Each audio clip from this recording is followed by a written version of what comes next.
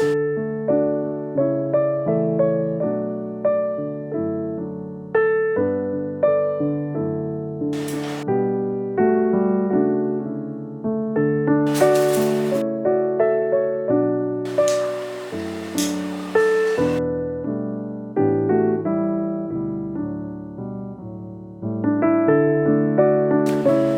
ছবি হঠাৎ করে আসে না, তারা আসে গল্প নিয়ে।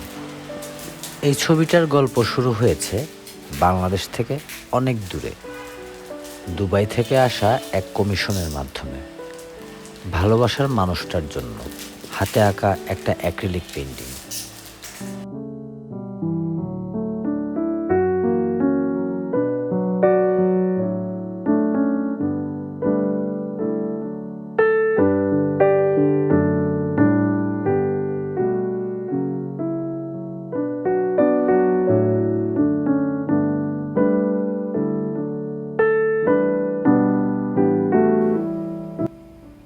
রঙে যাওয়ার আগে আমি সবসময় ফিরে যাই রেখার কাছে, কারণ রেখাই বলে দেয় একটা মুখ কিভাবে অনুভব করতে হবে, একটা চোখ কিভাবে তাকাবে।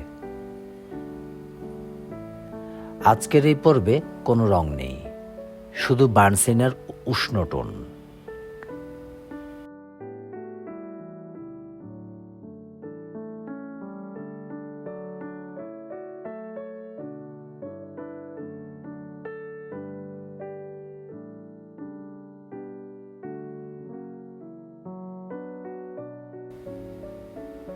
চোখের কোণ, নাকের ছায়া, ঠোঁটের ভাঁজ, এই ছোট ছোট জায়গাগুলোতেই আমি খুঁজে নিই অনুভূতি।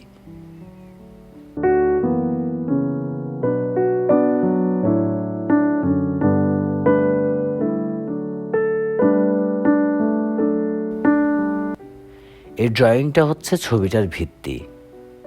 এখানেই ঠিক হয় রং কোথায় নরম হবে আর কোথায় গভীর হবে, কালারের ভ্যালু কেমন হবে।